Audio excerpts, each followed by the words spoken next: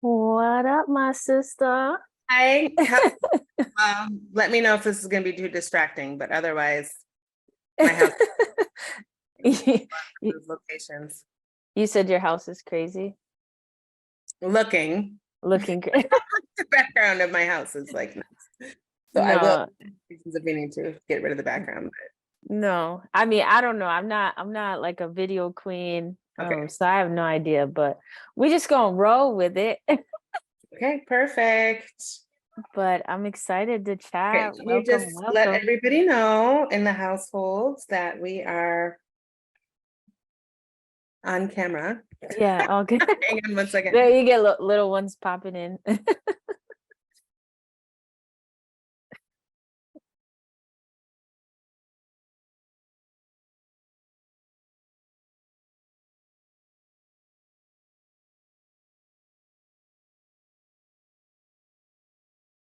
Yeah. Right. Welcome. And I do have a hard stop Yay. at 5 or I 3. did So too. I did okay. too. So Yeah. it's all good. Don't Back worry to back about to it. back. Okay. No, we're gonna cover a lot in a little bit of time because I know how you and I are.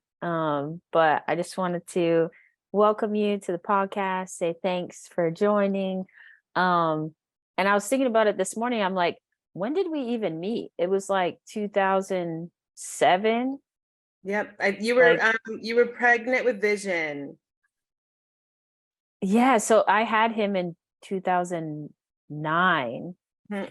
Okay, Yeah. so it was probably like late 2008 into Yep. do that or early 2009. Right. You were taking a class about the prison, dismantling the prison system and how, messed up it is. So Damn. Yeah, because I feel like, we're very similar. Like we share the same birthday, both Aries, fire. You're 1 year older than me, but we have the same birthday, April 4th, which my Angelo also has that birthday. And then we're both mixed. We got the kids. Like we're basically twins. yeah, I feel like we were both like overcoming some great adversities at the time and Mm, found in each other like strength and um yeah, like we were both just kind of emerging from some dark places and we're like yeah, crawling out of something like very dark and just as a beacon for I remember you went to like Mexico and you came I back did. such a bright light and I was like yes and I just wanted to continue to see that Tiff, which was like Yeah. powered, super focused on all of like your being and so yeah, Mm. it was a good time. Yeah, no, I feel like you're like a mirror and like, oh wow, like this is someone who's very similar to me. Like we're having similar experiences, but on different journeys. And then like we would just keep, doing this with each other, overlapping and connecting. So it's been awesome. Yeah, you've been in my life for so long. But I feel like the world has taken you in such like different realms and like magical places. And I felt like you were sort of figuring out your way for a long time, similar to me. But it feels like you've landed, right? So maybe you can like share a little bit about like where you've landed, kind of a little bit who you are, what you do, how many kids you got, where do you live, just the basics so folks kind of know who Shireen is. Because I don't even know if I said your name. Hey, Shireen. Welcome to the podcast. Yeah, thank you for the intro. Yeah, and I think it was spot on what you said of just the intertwining and when you have true soul friends, it doesn't matter Mm, distance and time, the core of who we are. It's like we could have spoken every day for the last 10 years and still have come to this place as friends. yeah. So I am Shiren Rattigan. I am the CEO and founder of Colossal Academy. I have 3 amazing daughters and a husband as well. Oh, And we live intergenerationally. So my mother and I and my family all live together. So these I are, didn't know that. yes, it's amazing. And also just, in the West, we don't really have a lot of models of what intergenerational living looks like, or even co-habitation looks like. We're really Totally. very individual. And so having her in the home is like bringing such depth of wisdom. And but also you got to deal with your stuff. When I came back, I lived and worked in Mexico for many years. And so when I came back, 16-year-old Shiren moved in with her mother, right? And so these patterns of 16-year-old Shiren, I'm Come like, up. I want cereal, this very, the inner child Oh, came at the forefront, right? Like where I couldn't, she's my mother, right? So I yeah. became the child and having to hold the child's role again. Wow. So yeah, it's just learning how to, it took about 3 years really of hard work of like, no, I'm an adult and this is my, Yeah.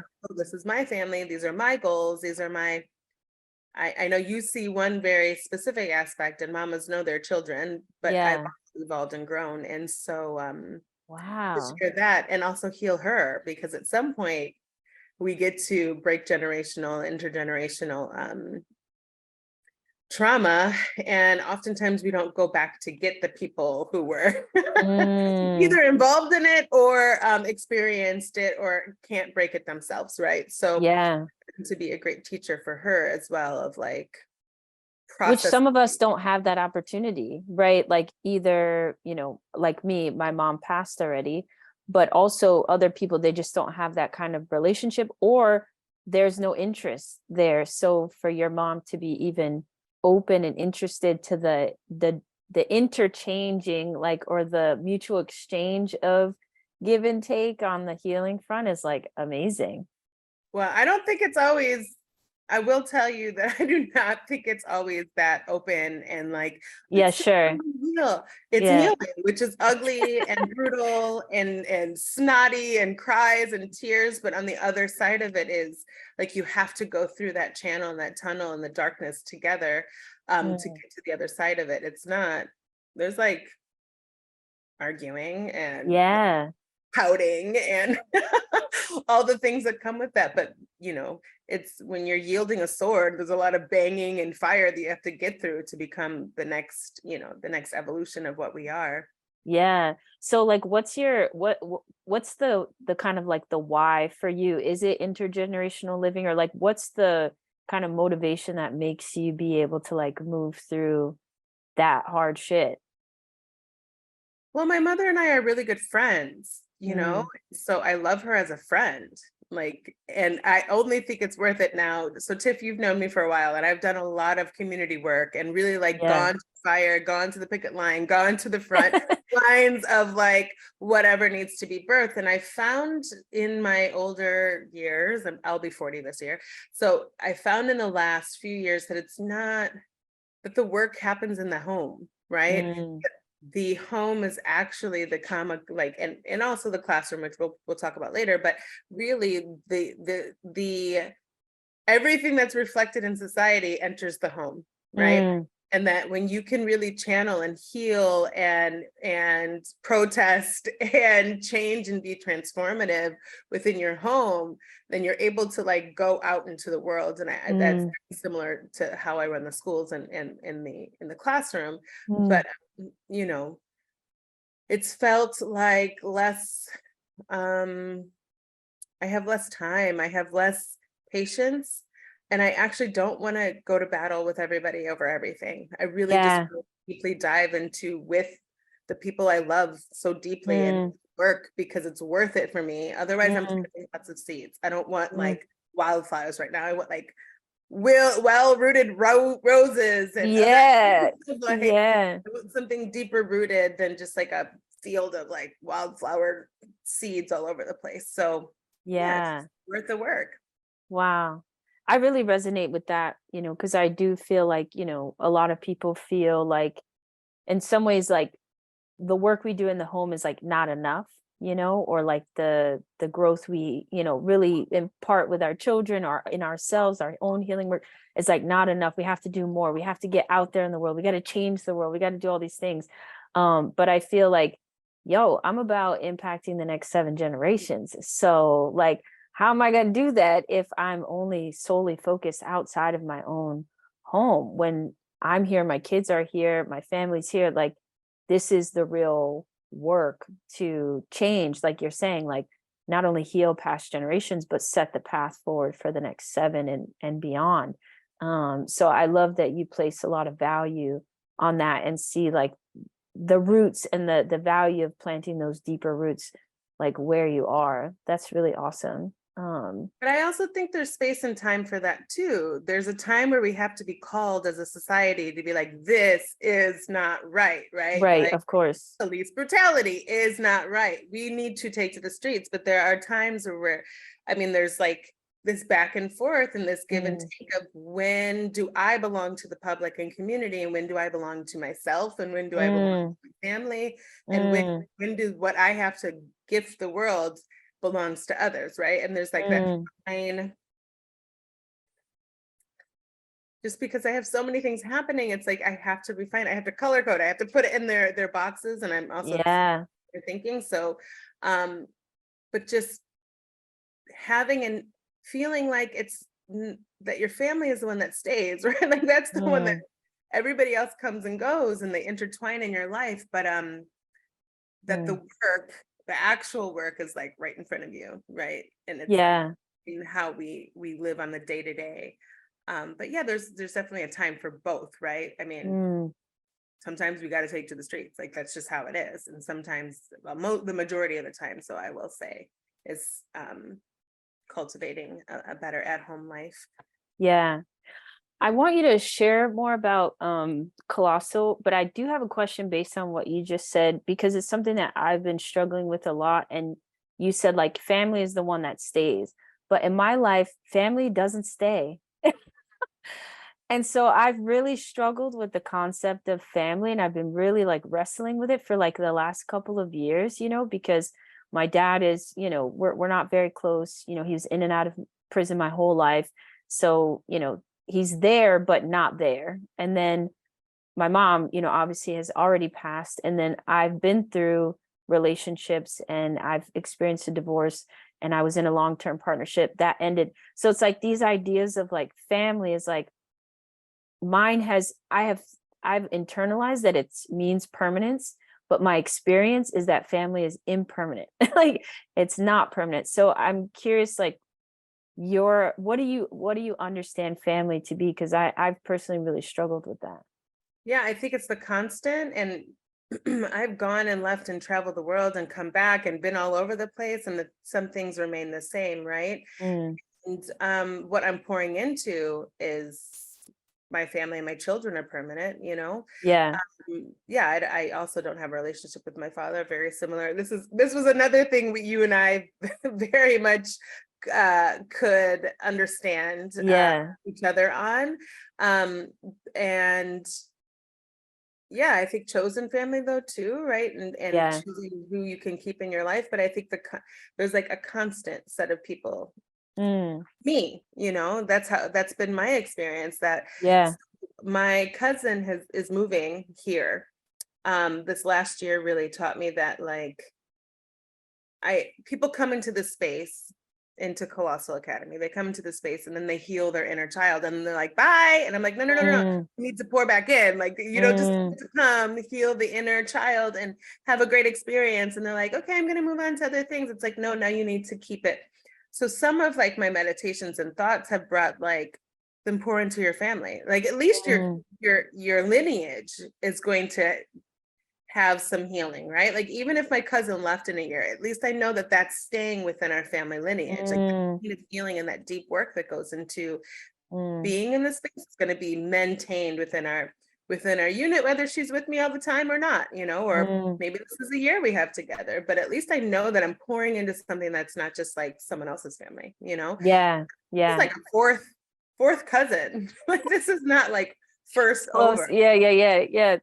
That's funny. No, it makes me feel like maybe family for me is something that I'm still building, because I didn't necessarily get it. But, when I'm 75, 80, 90, like my kids and their kids and their kids are all going to say they have family, right? Like that there's going to be a sense of permanence. And that's kind of been the story of my life, trailblazing, and creating what isn't there. It just hurts. But I feel like maybe that's part of my, like they call it here in Hawaii, kuleana, like my responsibility, like part of the torch that I'm taking up in my lineage and in my family is to kind of restore that a bit. So thank you for sharing that. So a big intention of, these conversations I'm having with my mamas, with wild mamas, is to, not only start to kind of like uncover and shift the narrative around what motherhood looks and feels like, but also to just like bring more awareness around the fact that mamas have dreams, we have ambitions, like we have goals, and you and I are very fiery, we're very ambitious, we've got a lot of masculine energy as well as our feminine. And so I just want to kind of hear from you, like as a mama, maybe you can share a little bit about what Colossal is and like where that dream was in like your bigger picture, or was it always a dream, or like how did that come to be? But maybe just share a little bit about what it is first. Yeah, so Colossal Academy, I have to go where I know for this one, but the Colossal Academy are a network of micro schools that are currently for teens and tweens. And the idea is that students graduate high school as CEOs of their own businesses, right? We're trying to make sure that school is relevant and really updated. I do not think it was not a straight line for sure. Yeah. To get where I am right now, but definitely the experiences I've had have the divine architecture of what I'm doing and while I'm here put on this planet were because of all the experiences and the loop. Yeah. And it was like, this Yeah. is why you needed to be in Mexico. This is why you needed to be in Portugal. This is why you need to Yes. be in Chicago. This is why you have a Jamaican dad. This is what, like all of these things, like just came to the most magnificent big bang for me. And to be an entrepreneur, a hustler, a mover, a trailblazer, to really have a school for my own children, which reflected the kind of environment that I expect from for my children. So what was happening is I was creating these beautiful spaces of inclusivity, of freedom, of love, and my kids weren't receiving that. My own children were not receiving the level at which I was giving other children, right? So there's a lot of things have happened, but basically during COVID, during the great shutdown, I was seeing what extent like virtual learning looks like. And I was working in a Montessori school, which was inspired because I wanted an environment better for my children, right? I'm like, so then the kids can go to school there, I can be there. I'm definitely not a kindergarten teacher. I'm totally middle school. I cannot handle littles, but at least then it's all in one place, right? So I'm seeing what's happening and I'm like, man, we really need to have the Montessori environment in front of us. Like we need to be like manipulating things within our physical realm. We need to be tasting, touching, experiencing the same thing, but through a screen. So I suggested it.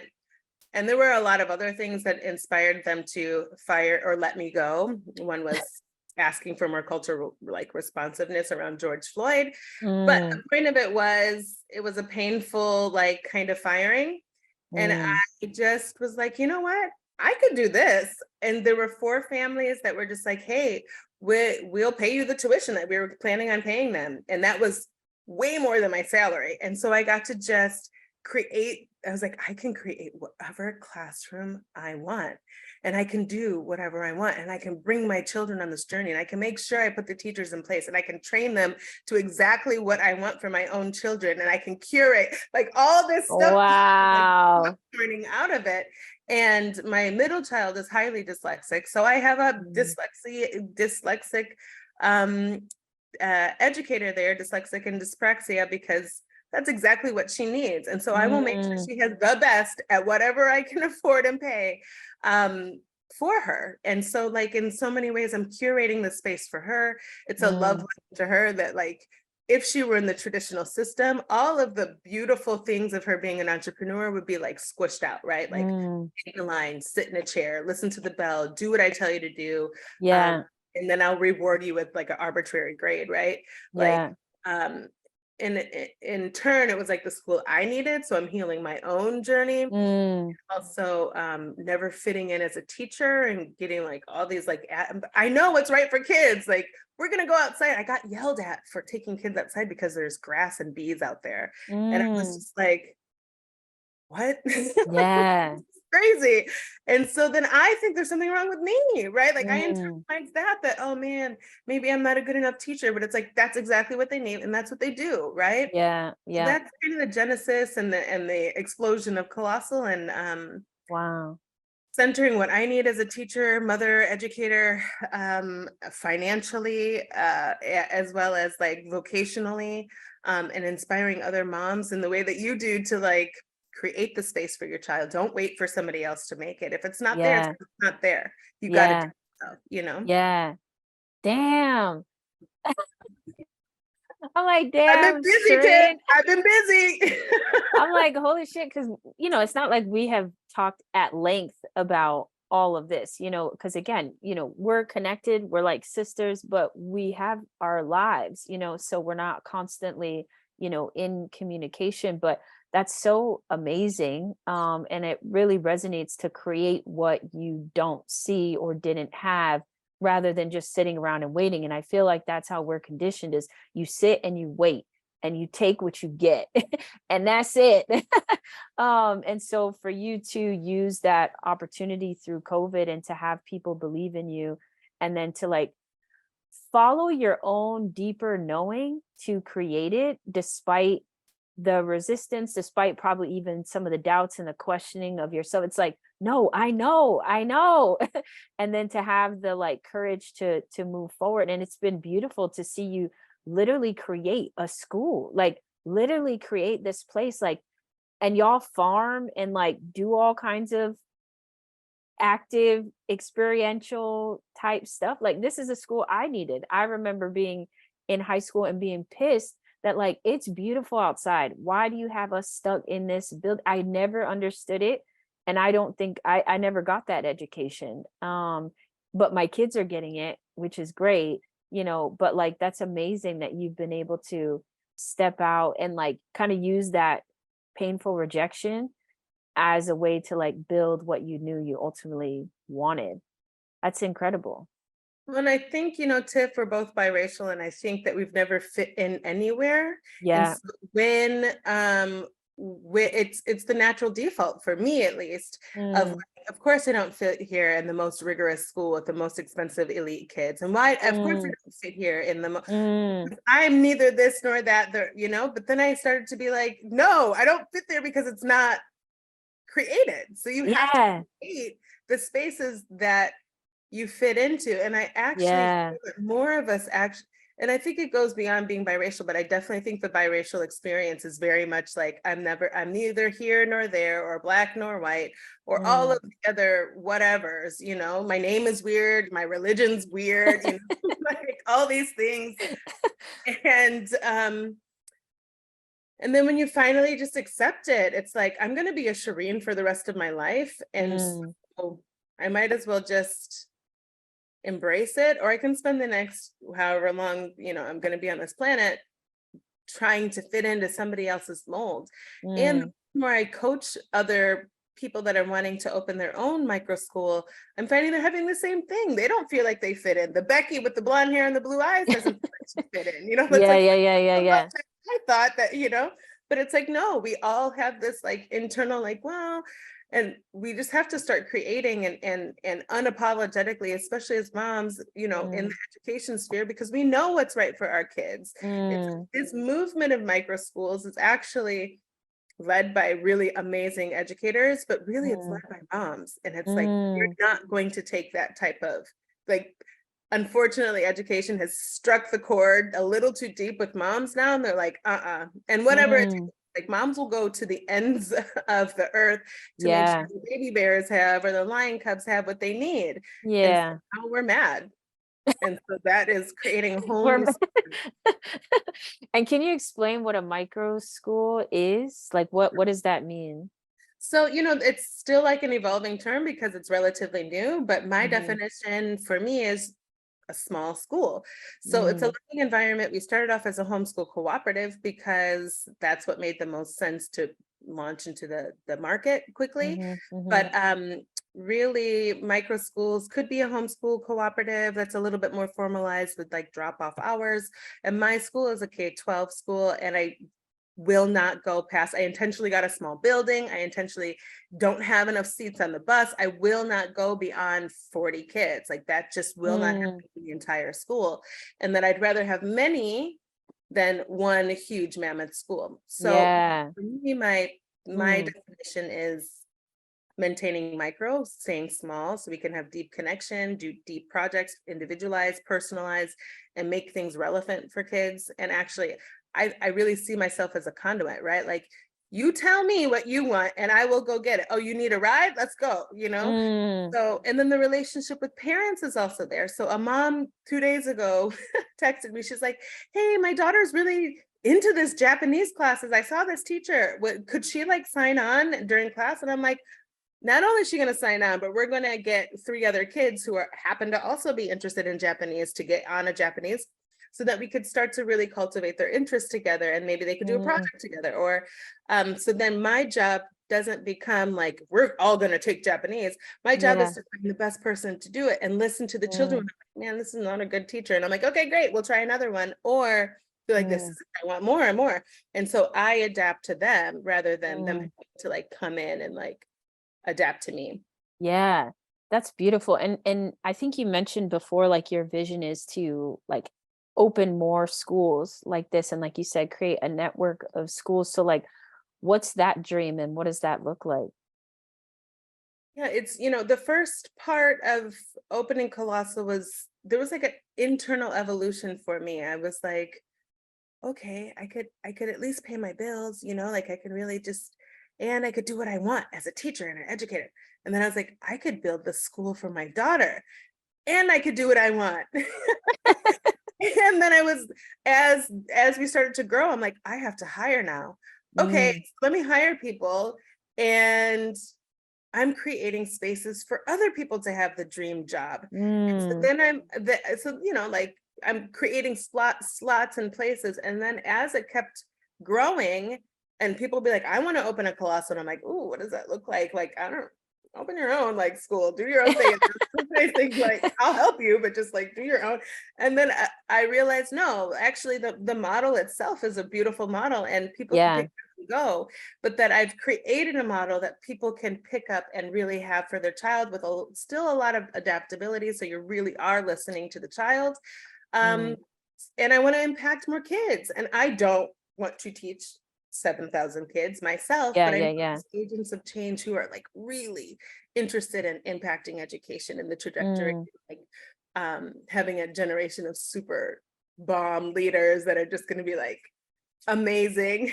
yeah. And so, just like having the model run itself. But then the other piece of it is I want to secure some wealth, right, for my own children.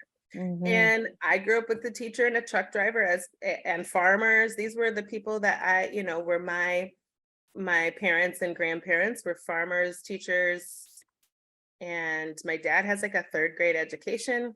Mm, He was a truck driver, and so we didn't talk about wealth or in the way that I you know, you would gift someone a bond or you'd put your house in a trust. Like, I don't even yeah, understand all that stuff, right? yeah. I have to learn it because I do not want my children to go to the store and have to prioritize these are just like small things, but these are goals of mine. I don't want my kids to have to prioritize what they put on the conveyor belt, right? Yeah, The pack of gum goes wherever you need it to go. The yeah, chocolate bar, not like the onion and the potato, and then at the end, maybe and then watching the register. I want you to eat what you need to eat when you need to eat it, whenever you want to eat it. That's yeah, like major. And then housing at least covered, right? That we would have enough yeah. money that their house and their food, water, Mm, electricity, basic necessities are taken care of for. mm. I said 3 generations, but then you hit me with the 7, and I was like, okay, we could do Come that. on. Let's Let's do the think about 7. the 7th. Yes. That's amazing. I feel super inspired by your tenacity and just like your drive, and I feel like your flexibility and your willingness to kind of like move with things. And like you said earlier, you called it the loop de loop, like, and that's same with me. Like none of my journey has been linear, right? But because we learn how to move in a very non-linear way, a very like spiral kind of circular way, we're able to like adapt when opportunity comes or when situations comes, and it really feels like you like been doing that and adapting and keeping yourself open to inspiration and to possibility and opportunity, and it just allows you to expand and expand and expand in this way that like you have this deep sense of purpose. But it doesn't feel, I'm sure at some times it might feel overwhelming, but also it's like it's life-giving because it feels like you're so aligned to the energy that's calling from your own soul. So it's like it's so beautiful to witness, Shireen. Yeah, but beautiful words from you. Yeah. And honestly, I grew up broke. I grew up poor. And so that adaptability and that like Mm. we make it work. We'll figure it out. I know how to make a really good mustard sandwich. Like I will tear up a mustard sandwich, It's just like Oh. part of not growing up without having a lot of access to financial funds. Also, Mm. there's so much capital in the way that we learn about maneuvering and adaptability. And again, like, Mm. guess I hadn't attributed this until we started speaking today, but just having to be a chameleon, right? Yeah. To shift and fit into spaces, or Mm. being able to hold conversations across the racial spectrum, finance, Mhm. economic spectrum. All of those come with like having kind of a biracial experience. Mm. I until really right now, I've really just identified as Black, but as we're speaking, I'm like, oh yeah, there's like these things that come with being biracial that I don't think everybody experiences, Yeah. that have been seriously have come in handy for me when Mm. maneuvering and being an entrepreneur. It's like I adapt as I need to. I can enter any Yeah. room that I need to maintain myself, but Mm. read people very well, right? Like that just comes from, Yeah. you know, some of it poverty, some of it the biracial experience, a lot of it being a Mm. teacher, Mm. meeting so many people all the time that you just see the beauty in every single person on this planet, right? Yeah. Yeah. No, I feel like our experience is so colorful and complex that it does give us these skills, these intangible ways of moving that like, it's not something that you're necessarily taught. It's just it's survival. Like we fucking had to learn how to survive and make it because we've had this fire in our belly that tells us, no, there's something more for you. There's something more for you. So you just figure it out. But then eventually have to heal some of the ways that we've learned to cope and survive. And it does feel like you have learned how to shift from kind of like, I can make anything work to also I want more. I want more for me. I want more for my children. So like where do you feel like that shift happened? Because I don't think that's an easy shift to make from like, survival or like, kind of just certified hustler. We just gonna make it work, which, serves us to a point, but, isn't always a sustainable way of operating. So like, how have you kind of been able to shift that? That's a great question. So I listen to a lot of mantras, like a lot. Mm. There was a moment there where I was like, I have a poverty mindset, right? Where Mm. I'm not even calling it abundance because I don't even think I'm worthy of this kind of wealth, right? Mm. So, and it was almost psychotic. And I would have these AirPods on for 12, 13 hours in the day. I would put one in, let the other one charge, put the other one in. I'm like, I'm going to beat this out of my soul Mm. until my subconscious becomes the voice that I hear on this. Like I am Yes. a magnet. I am worthy of, money. Money is drawn to me, and until it becomes the internal Mm. voice, because that is something that wasn't taught to me. So I have to teach it to myself. And Mm. so some of the unhealthy coping is like, and sometimes even like the capitalist in me is like, you have to suffer to get this, right? Yeah. Yeah. You're gonna Yeah. you're gonna suffer until I'm gonna bang that out of your head. Yeah. Yeah. So Yeah. some of it was quite aggressive, but I also have done Mm. rebirthing work about like really healing what it meant to come into this realm as a human and have the human experience. And that came from a chiropractor, actually, where I was like, I'm going to start these cold baths and I'm going to put myself in. I don't know if you've heard about the ice baths, Yeah, but yeah. shock your system. And then you like listen to what kind of fears you're having in those moments. And he's like, there's other ways to do that. That's a lot more gentle. I'm like, oh no, I'm going to beat this out of myself. Right. And then he's like, have you ever thought of like just breathing exercise? I'm like, breathing? No, we're gonna get to the cause of this, the root cause of like, and like just being such a ram in such an area. Like, I'm gonna get this subconscious, like I'm put a new thing there. And so he was like, should try this like breathing, rebirthing thing. And I'm like, all right, Dr. Bob, I'll try it. He like, you go into this you lay down and you start to breathe. And I was like, how long is this supposed like? I gotta listen to my mantras. Yeah. Like, how long is it gonna take? But then all of a sudden I went into this like other realm. I have no other way to describe it, but I go to this other realm and I'm rebirthed. And all the answers I needed to have were in that experience of really just like breath work. And I was like, holy cow, like through breath, I can change and just like accept it. And it was so gentle and loving and judgmental and so embracing of ancestor and so embracing of love and just light. It's like, oh, I don't have to like beat it out of me. Right. Yeah. But that's like that's the like this somewhat of a poverty mindset or like traumatic traumatic it's the patriarchy. I mean like the violence that violence, right? yes. And so that you can be peaceful and still get to the same. That has not, I'm a fighter, right? Like I know. Yeah. And so that was kind of the shift, but it was an intentional thing. I recognized a thing and I fixed the thing, right? And I asked for help and guidance because it was beyond what I could do by myself, right? And so, I love that. And then when it felt right, I trusted the people and the words that it made sense to me, where inside in my internal voice, where I'm like, this is home. This is the right path. I'm not feeling confused about this. This is really right.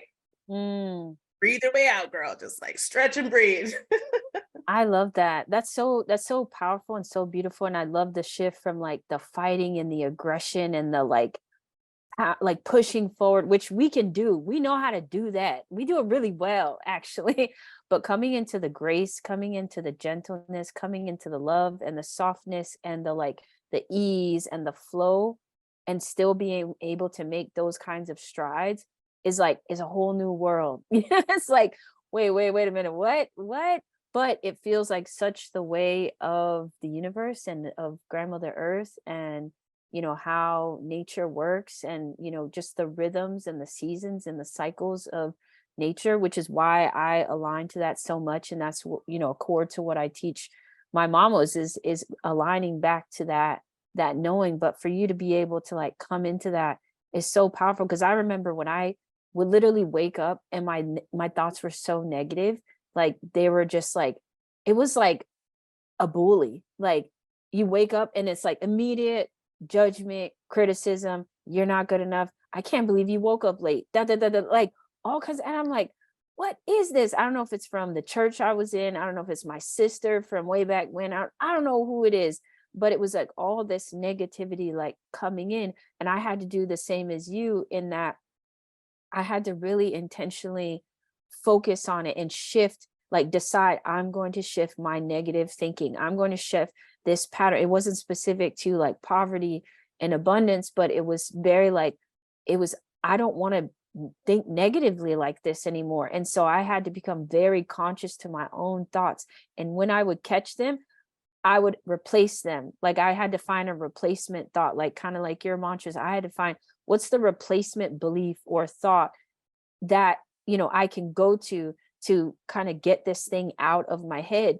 And I was like relentless about it. And eventually, like probably some months later, I woke up one morning and it was like a really nice voice in my head. And I was like, what?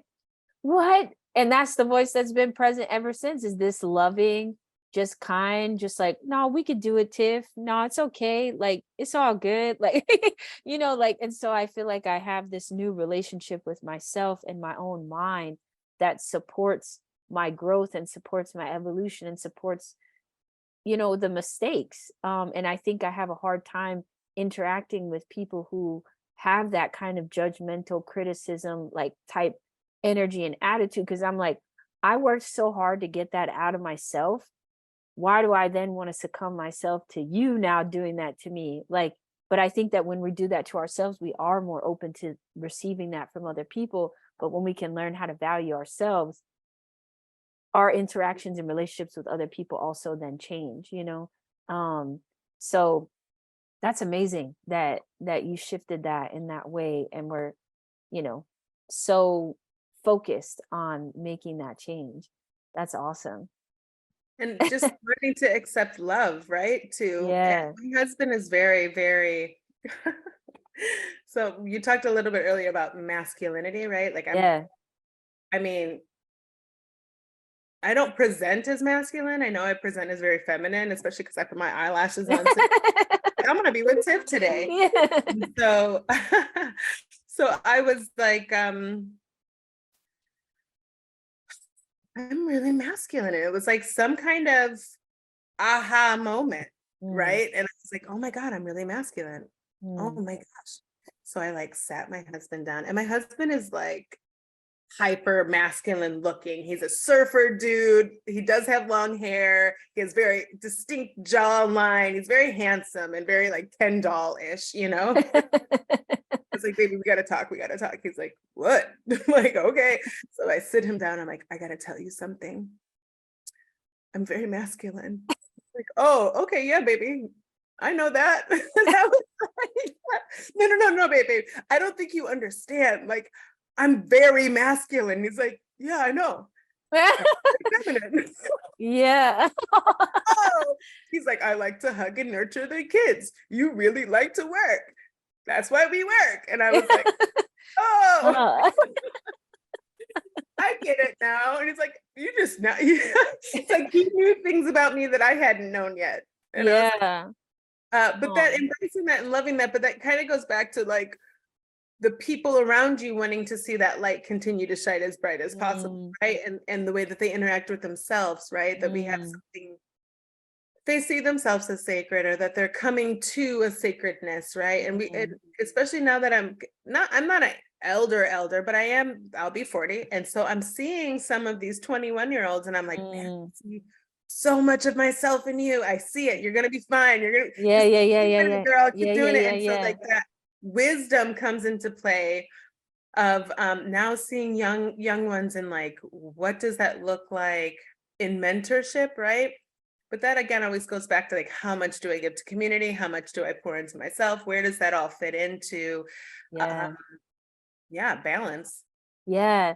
And I guess like in these last few minutes that we have, like how have you been able to strike a balance? Because at the end of the day, you still are a mother. Like, and even though you're in education, you're building a school to send to your children, you're still a businesswoman. You're still a mother. You're still a wife. You have all of these things going on. So like how, I don't know, I guess even how do you see balance? Because I know some people are like, there's no balance. I look for harmony, whatever. So I'm curious, like how I mean, you've that's been the able to. challenge this year, is getting more balance. I had to birth Mm, something. We're in year 5, excuse me, we're in year 4. And so when you're creating something, it's a lot of front end. And now I mm, literally have to, this again, I'm mathematically thinking, the very masculine side of myself. If you see my calendar, everything is color coded. And so mm, like self-care is purple. I have to have at least 2 self-care. And I'm not talking about like mani-pedis, like a whole thing, but where I've done something wholly and only for myself. So right now it's mm, watercoloring, and it could be 10 minutes, but I have to mm. schedule it in. That Yeah. it's for nobody else, but for me. That's it. Yes. Nobody else. Yes. It's not serving Yes. anybody. I'm not even going to show anybody. It's just all Shireen, and not even like Mm, business, right? Even though that is like a creation of mine, it's still for other people. yeah. And so I have to color code my schedule and make sure it's like each child, I need to make sure that I've spent some time with them. So I have to color Mhm. code it in, and schedule things in and really just make it really effective. My husband's been so amazing on being patient with me, but now it's time to like make sure we have monthly dates and scheduling that in, Mm, like putting that as a priority, mm, because if not, it's really just it has to be intentional. And if I'm building this for my children, I'm not even present for them, right? Like mm. that's not gonna that defeats the purpose, right? Yeah, yeah. So, and they're Mm. gonna, fly out of the nest, and I'll still be with a colossal. Like I'll still be doing the colossal stuff. And then I would have Mm, missed those beautiful opportunities to like mm. just Lua's really my middle child that I built the school for. She's like really into giving spa days. So like letting her I hate being like touched in those ways. She really needs to give me a spa. Like that's what Mm, she needs. And so I have to like, okay, on Saturday after this, you get to like schedule it in. I'm making yeah, yeah. And so is your husband, does he also work, or is he he's mainly helping at home and see with the he kid? is It's amazing. homemaker, and that was just that was always something within the contract of our marriage, of like someone has to stay home, and that was really important for us. There's been times where Mm, I've stayed home, but I feel really a lot more comfortable out in the wild, like making yeah. working. That's where I felt. And my oldest is deaf and hard of hearing, so she has therapies that she needs to be driven to, Mm, and hearing like evaluations, and it's just we need someone at home, and if we're going to do it right. And so mm. he's in the most recent years, I would say in the last 5 years since we moved here, has been the homemaker and making sure that the laundry gets done. I wouldn't say he's like the best at all the cooking stuff, but he's an amazing cook. He's just not like you know so he does take care of the home the majority of the time. And then I also have my mom as an amazing, incredible Yeah, person that pours into making sure that you know the fabuloso gets ordered, and yeah, the other pieces, or I'm like, I'm stuck, can someone come give me a jumper cables, like just having an extra. And I know her always and forever will always be my best interest. And mm, in the business world, it's so tough because you just never yeah, know who's listening and wanting to mine for information and for their own yeah, benefit. yep, And so it's just like a place where I can just completely blah. And I know that she's not going to take these ideas and either use it mm, against me because I'm having a tough day, or take the ideas and try to capitalize for herself. Which that mm, this last year has been a lot of like reckoning about like who I mm. can keep in my inner circle. Um, Yeah. so yeah, he's at home Damn. and he's It's really amazing though. No, it's so great though, because I just feel like there's so much we could talk about. I feel like we could do like a part 2, part 3, because I'm like there's so many things, because you are so open to just very non-traditional ways of living and operating, but also ones that are rooted, I feel like, in our ancestral values, right? They've been lost, but they're so rooted in, I feel like, how our ancestors probably like raised their children and grew. So like, because I feel like there's so many women and mothers who struggle with working outside of the home, and their husband also working outside. Everybody's working outside of the home. There's no balance, but they don't want to be the one that's at home, but their husband doesn't want to be the one so there's like this kind of conflict, and there's no one, yeah, able to kind of be home. And so for me, I feel like I'm trying to find the balance, staying by working at home, but I'm like also the breadwinner too, like, because I'm by myself, raising 3 kids. So it's just really beautiful that you've been able to set up this like intergenerational living, and willing to move through the muck, the hard stuff, the healing, the mess, in order to create this thing. Because I feel like there's a lot that you probably wouldn't be able to do if you didn't have this support system none of it. that None you of have. Like, Even just maintaining a low overhead. Like we don't have any loans. I mean, I do have my student loan, but that's been on hold for a minute. But um like the overhead of our household. We're sharing bills, and that really helps to be able to have one person at home because I don't have a full mortgage to pay, right? Wow. And then thinking about like, you know, just shared living expenses really helps with having to have someone home. Like, Mm, it works for us, and he's so happy to be. He's like the exact, I'm an extreme extrovert and he's an extreme introvert, and we need to see people like twice a year. And I'm like, "Hey, come on, people." Like, and so it works aw, out really well. And it only works out because we have the extra support. And then also we're able to maintain a low overhead. Like, it really just, yeah, so I can imagine what that looks like, and needing to maintain. Oh, I know what it looks like because we've been there, right? You yeah, know, yeah, yeah, so I know what that looks like to have to try to make all the ends meet on all fronts. yeah, yeah. Damn. I would love to have another chat with you at some point because I'm like, man, we just getting started. Shit. But I know we have to wrap. So I guess I just want to ask, like, for you as a mama, like, there's lots of mamas out there probably listening, feeling inspired. So like what are like one or two, I guess, tips or like insights or pieces of wisdom that you want to kind of impart to mamas who might be listening, either based on our conversation or just what's coming up for you? Yeah, I mean, the first thing I thought was, if it's not there, to go ahead and create it. It's kind of like a motto that I live by at this Mm, point. If I it's love not, that. the vision's coming through you, right? Yes. Given and gifted to you because you're the one that's supposed to make it happen. Right? Yes. Yes. So if you're gifted some vision, please follow Mm, it, because your vision yes. isn't gifted to me because it's not mine. It's not my Yes. responsibility to see it through.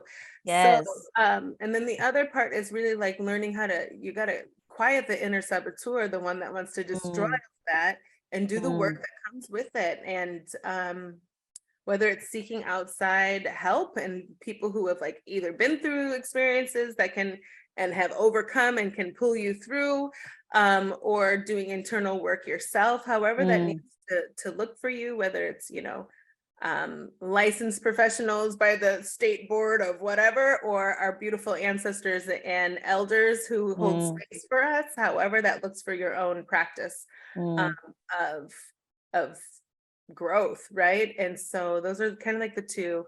Listen to your vision, create what's Yeah. out there, and seek help and lean on those that are really there, that was their vision, right? Yes.